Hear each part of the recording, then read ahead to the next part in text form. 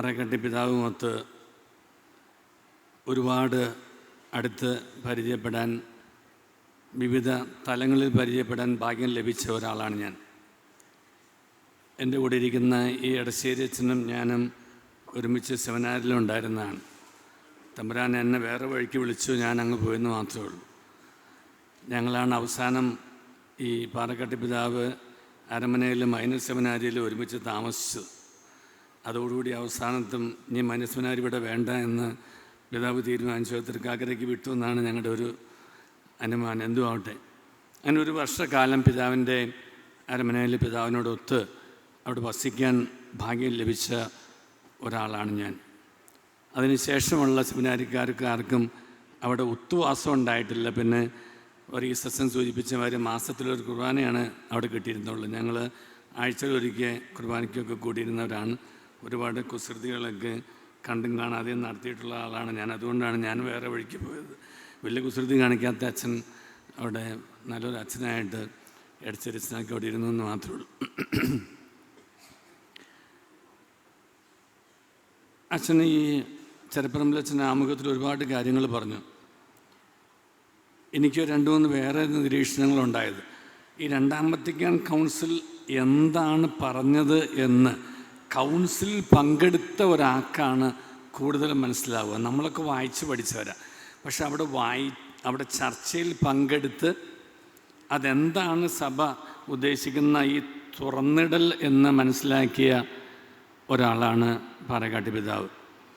അതിൻ്റെ കാഴ്ചപ്പാടിലാണ് ഇവിടെ ഇൻകൾച്ചറേഷനും അഡാപ്റ്റേഷനും എന്നുള്ള 2 വാക്ക് വത്തിക്കാൻ കൗൺസിലിൽ നിന്ന് തന്നെ ആ കൗൺസിലിൻ്റെ ആഹ്വാനപ്രകാരം ഇവിടെ നടപ്പാക്കാൻ ആഗ്രഹിച്ചത്.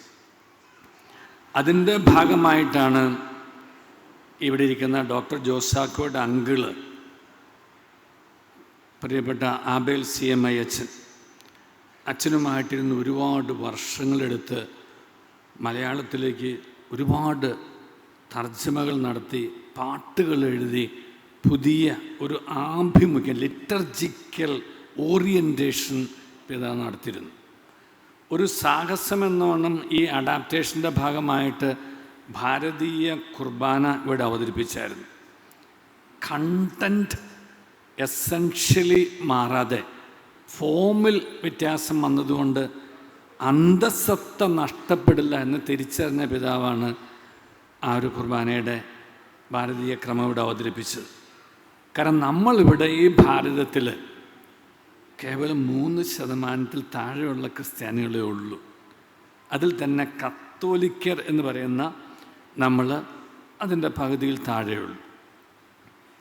അപ്പം ഇവിടുത്തെ ബഹുഭൂരിപക്ഷം വരുന്ന ഒരു സമൂഹത്തിൽ എങ്ങനെയാണ് ക്രിസ്തുവിനെ അവതരിപ്പിക്കേണ്ടത് എന്ന് ഒരു മിഷണറി ചർച്ച്, ആ ചർച്ചിനെ വെൽക്കം ചെയ്തവരുടെ മുമ്പിലാണ് അത് അവതരിപ്പിക്കേണ്ടത്. നമ്മൾ മാർത്തോമാസ്ലിഹയുടെ പൈതൃകവും പാരമ്പര്യമാണല്ലോ. മാർത്തോമാസ്ലിഹയെ ഇവിടെ സ്വാഗതം ചെയ്തവരും മാർത്തോമാസ്ലിഹ ആരുടെ മുമ്പിലേക്ക് യേശു ക്രിസ്തുവിനെ അവതരിപ്പിച്ച രീതിയും ഒക്കെ ഒരുപക്ഷെ ചരിത്രത്തിൽ കുറച്ച് വായിച്ചാൽ നന്നാവും. ഈ പ്രിയപ്പെട്ട മുണ്ടാണച്ചൻ്റെ പേരുകാരനായിട്ടുള്ളൊരു മത്യാസ് മുണ്ടാണച്ചനുണ്ടായിരുന്നു. അച്ഛൻ കുറേ ചരിത്രം എഴുതിയിട്ടുണ്ട്. ആ ചരിത്രം വായിച്ചാൽ കുറേ അധികം കാര്യങ്ങളൊക്കെ മനസ്സിലാവും. അപ്പം എങ്ങനെ യേശു ക്രിസ്തുവിന്, നിങ്ങൾ ആഫ്രിക്കയിൽ പോയിട്ടുള്ളവർക്കറിയാം, ആഫ്രിക്കയിൽ നമ്മൾ ഇന്ന് കാണുന്ന ഈ മാതാവിനെ ഇവിടെ അവതരിപ്പിക്കാൻ പറ്റില്ല. വെളുത്ത മാതാവിനെ കണ്ടാൽ അവരാ രൂപം മാറ്റും. കറുത്ത മാതാവിനെ അവർക്ക് മനസ്സിലാവും. അതൊന്ന് പരീക്ഷിക്കാൻ ശ്രമിച്ചാണ് നമ്മുടെ പ്രിയപ്പെട്ട വടക്കമ്പാണ്ട് റിന്യൂവൽ സെൻറ്റർ പണിതപ്പോൾ കറുത്ത മാതാവിനെ കൊണ്ടുവച്ചു. അധികം കാലം മാതാവിനെ അവിടെ ഇരിക്കേണ്ടി വന്നില്ല. ആ രൂപം അവിടെ നിന്ന് മാറ്റി. ഇപ്പോൾ റിന്യൂവൽ സെൻറ്ററിൽ ആ മാതാവിൻ്റെ കൊത്തുരൂപം ഇല്ല, ഒന്നുമില്ല. ഒരു സാംസ്കാരിക അനുരൂപണം ലിറ്റർജിയുടെ ഭാഗമാണ് എന്ന് അടിസ്ഥാന ചിന്തയും അതിൻ്റെ ആ ബോധ്യത്തിൻ്റെ അടിസ്ഥാനത്തിൽ ഉറച്ച നിലപാടുകൾ എടുക്കാനായിട്ട് ഒരു ധൈര്യം കാണിച്ച നേതൃത്വ പാഠവമുള്ള ഒരാളാണ് ആയിരുന്നു പാറേക്കാട്ടി പിതാവ്. വിശുദ്ധനാവാനുള്ള പ്രാർത്ഥനയെക്കുറിച്ച് പറഞ്ഞു. എന്താണ് വിശുദ്ധി എന്നുള്ളതിനെക്കുറിച്ചും ഒരു പുനർവായനയോ നേരായ വായനയോ ഒക്കെ ആവശ്യമുള്ള കാലഘട്ടമാണ്. ഒരു വ്യക്തി മരിച്ചതിന് ശേഷം നമ്മുടെ പ്രാർത്ഥന കൊണ്ട് ആ വ്യക്തി വിശുദ്ധനാവും എന്ന് ഞാൻ വിശ്വസിക്കുന്നില്ല. ആ വ്യക്തി ജീവിച്ചിരുന്നപ്പോൾ തൻ്റെ ബോധ്യങ്ങൾക്കും മനസ്സാക്ഷിക്കും പഠനങ്ങൾക്കും സഭയോട് ചേർന്ന് നിന്നുകൊണ്ട് സഭയെ ഈ ജീവിച്ചിരിക്കുന്ന കാലഘട്ടത്തിൽ ആ പ്രദേശത്ത് ടൈം ആൻഡ് സ്പേസ് അവതരിപ്പിക്കാനായിട്ട് സത്യസന്ധമായ ധീരമായ നിലപാടുകളെടുത്ത് തൻ്റെ മനസ്സാക്ഷിയോട് പൂർണ്ണമായ നീതി പുലർത്തിയ ഒരാൾ ദൈവം തമ്പുരാൻ്റെ മുമ്പിൽ വിശുദ്ധനായ ഒരു വ്യക്തി തന്നെയായിരിക്കും എന്നാണ് എൻ്റെ ഒരു നിരീക്ഷണം. അത് വിശുദ്ധിയുടെ അടയാളമാണ്. മനസ്സാക്ഷിയെ നിർമ്മലമാക്കുക, ഹൃദയത്തെ വെടിപ്പാക്കുക എന്നുള്ളത്. അദ്ദേഹത്തിൻ്റെ ഹൃദയവും അദ്ദേഹത്തിൻ്റെ മനസ്സും മനസ്സാക്ഷിയൊക്കെ കേരള ജനത, ഭാരതീയ ജനത ഒരുപാട് വായിച്ചറിഞ്ഞിട്ടുള്ളവരാണ്, കണ്ടറിഞ്ഞിട്ടുള്ളവരാണ്. ഒരു നേതാവിൻ്റെ ഏറ്റവും വലിയ ഗുണമായിട്ട് ഞാൻ കണ്ടിട്ടുള്ള വഴി അറിയുന്നവൻ വഴിയെ പോകുന്നവൻ, പോകുന്ന വഴി കാണിച്ചു കൊടുക്കുന്നവൻ എന്നുള്ളതാണ്. പാറക്കാട്ടി പിതാവിൻ്റെ കാര്യത്തിൽ 3 കാര്യവും വ്യക്തമായിരുന്നു. വഴി അറിയുന്നവനായിരുന്നു, വഴിയെ പോകുന്നവനായിരുന്നു, പോകുന്ന വഴി കാണിച്ചു കൊടുക്കുന്നവനായിരുന്നു. 2 പ്രധാനപ്പെട്ട വലിയ സംഭവങ്ങൾ ആ കാലഘട്ടത്തിലുണ്ടായിരുന്നു. പിതാവിൻ്റെ കാലഘട്ടത്തിൽ പിതാവ് സ്ഥാനമേറ്റെടുത്ത ഉടനെ തന്നെയായിരുന്നു മതം മനുഷ്യനെ മയക്കുന്ന കറുപ്പാണെന്ന് പറഞ്ഞപ്പോൾ, ഇല്ല, മതം മനുഷ്യനെ മെരുക്കുന്ന മരുന്നാണെന്ന് പറഞ്ഞുകൊണ്ട് ഒരു എതിർവായന നടത്താൻ ധൈര്യം കാണിച്ച ഒരാളാണ് പാറക്കാട്ടി പിതാവ്. അത് ചരിത്രത്തിൻ്റെ വേറൊരു ഭാഗം.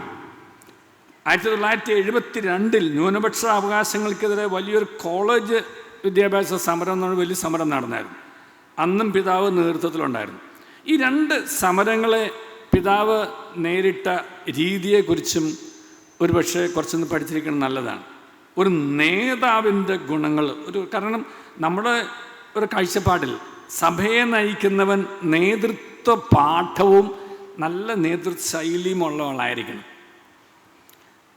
പിതാവിൻ്റെ കാലഘട്ടത്തിൽ ആഭ്യന്തര പ്രശ്നങ്ങളില്ലായിരുന്നിട്ടൊന്നുമില്ല. മൺമറഞ്ഞു പോയ മുളവരിക്കലച്ഛനും മൺമറഞ്ഞു പോയ കരേട്ടനച്ഛനും ഒരതിർത്തി വരെ ഇഞ്ചിപ്പറമ്പിലച്ഛനൊക്കെ ഈ ആഭ്യന്തര പ്രശ്നങ്ങൾ അസ്വസ്ഥത കാണിച്ച പിതാവിനോട് നേരിട്ട് സംസാരിക്കാനൊക്കെ ഒരു അന്നത്തെ കാലത്ത് ധൈര്യം കാണിച്ചിട്ടുള്ള അച്ഛന്മാരാണ്.